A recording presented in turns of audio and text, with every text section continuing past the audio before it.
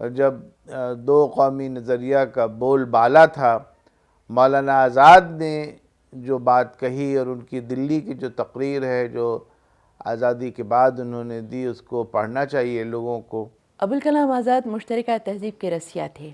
وہ یہ نہیں چاہتے تھے کہ ہندو اور مسلم دو مختلف قومیں بن کے سامنے آئیں، بلکہ وہ چاہتے تھے کہ مسلمان بھی قوم کی ترقی میں ایک اپنا اہم حصہ ادا کریں۔ ورلڈ کلچر کے لیے، انٹرفیتھ کنکارڈ اور ہارمنی کے لیے، آپسی یگانگی اور بھائی چارگی کے لیے ان کی معنویت ہمیشہ رہے گی۔ جس طرح سے گاندھی جی کی معنویت ہے، سردار پٹیل اور نہرو کی معنویت ہے، نیلسن مانڈیلا کی معنویت ہے، مارٹن لوتھر کنگ کی معنویت ہے، اسی طرح سے ورلڈ لیول پہ مولانا آزاد کی بھی معنویت رہے گی۔ سن 1916 میں برطانوی حکومت نے ڈیفینس آف انڈیا رولز کے تحت مولانا آزاد کو کلکتہ بدر کر دیا۔ پنجاب، دہلی، یو پی اور بمبئی کے صوبوں نے اپنے یہاں مولانا کے داخلے پر پہلے ہی پابندی لگا رکھی تھی۔ چنانچہ مولانا بہار گئے اور رانچی میں قیام کیا۔ کچھ دنوں بعد انہیں وہیں نظر بند کر دیا گیا۔ گاندھی جی سے مولانا کی پہلی ملاقات جنوری 1920 میں دہلی میں حکیم اجمل خان کے مکان پر ہوئی۔ مولانا کی رانچی نظر بندی کے زمانے میں گاندھی جی رانچی آئے تو ان سے ملنا چاہتے تھے، مگر گورنمنٹ نے اجازت نہیں دی۔ 1920 میں خلافت تحریک کا آغاز ہوا، جس میں مولانا آزاد نے بڑھ چڑھ کر حصہ لیا۔ گاندھی جی، لوکمانیہ تلک اور دوسرے کانگریسی رہنماؤں نے نہ صرف اس تحریک کی تائید کی بلکہ تحریک میں شامل بھی ہوئے۔ اسی زمانے میں گاندھی جی نے عدم تعاون کی تحریک شروع کی تو بقول مولانا آزاد اس قسم کے خیالات وہ پہلے ہی الہلال کے بعض مضامین میں پیش کر چکے تھے۔ برطانوی گورنمنٹ نے نمک قانون نافذ کیا تو 1930 میں کانگریس نے ستیہ گرہ شروع کی۔ پھر گرفتاریوں کا سلسلہ شروع ہوا۔ اس بار مولانا کو 1.5 سال کے لیے میرٹھ جیل میں رکھا گیا۔ سن 1938 میں مولانا کو کانگریس کی صدارت پیش کی گئی، لیکن انہوں نے انکار کر دیا۔ 1939 میں دوبارہ گاندھی جی نے زور ڈالا تو مولانا تیار ہو گئے اور 7 سال تک کانگریس کے صدر رہے۔ اس وقت پوری دنیا کے حالات بہت خراب تھے۔ دوسری جنگ عظیم شروع ہو چکی تھی۔ برطانیہ بھی جنگ میں ملوث تھا، اس لیے جنگ کے اثرات ہندوستان کی اندرونی سیاست پر بھی پڑ رہے تھے۔ کانگریس پارٹی نے جنگ میں ہندوستانی عوام کے تعاون نہ کرنے کا فیصلہ کیا تھا۔ 1941 میں دوسرے لیڈروں کے ساتھ مولانا کو بھی الہ آباد میں پھر گرفتار کر لیا گیا۔ 1942 میں کرپس مشن ہندوستانی لیڈروں سے بات کرنے کے لیے آیا، مگر آزادی دینے کی تجویز اس نے منظور نہیں کی اور یہ بات چیت ناکام ہو گئی۔ 8 اگست 1942 کو گاندھی جی کی تجویز ہندوستان چھوڑو کانگریس ورکنگ کمیٹی نے منظور کر لی۔ چنانچہ کانگریس کے تمام بڑے لیڈروں کے ساتھ مولانا کو بھی گرفتار کر لیا گیا۔ اس بار وہ 15 جون 1945 تک قید فرنگ میں قلعہ احمد نگر اور بانکوڑا جیل میں رہے۔ 1946 میں کانگریس پارٹی کے صدر کے لیے انتخاب ہوا۔ کچھ لوگ چاہتے تھے کہ سردار پٹیل صدر بنے، کچھ کا خیال تھا کہ صدارت مولانا کے ہی پاس رہے، لیکن مولانا اس کے لیے تیار نہ ہوئے اور جواہر لال نہرو کا نام پیش کیا، جسے اتفاق رائے سے منظور کر لیا گیا۔ مولانا 1939 سے 7 جولائی 1946 تک کانگریس پارٹی کے صدر رہے۔ مولانا 37 سال کی عمر میں صدر بنے تھے کانگریس کے، سب سے کم عمر صدر تھے اور 7 سال تک وہ صدر رہے۔ ان کے زمانے میں بڑے انقلاب آئے، کوئٹ انڈیا موومنٹ ہوا اور یہ ہوا، بہت ساری چیزیں ہوئیں۔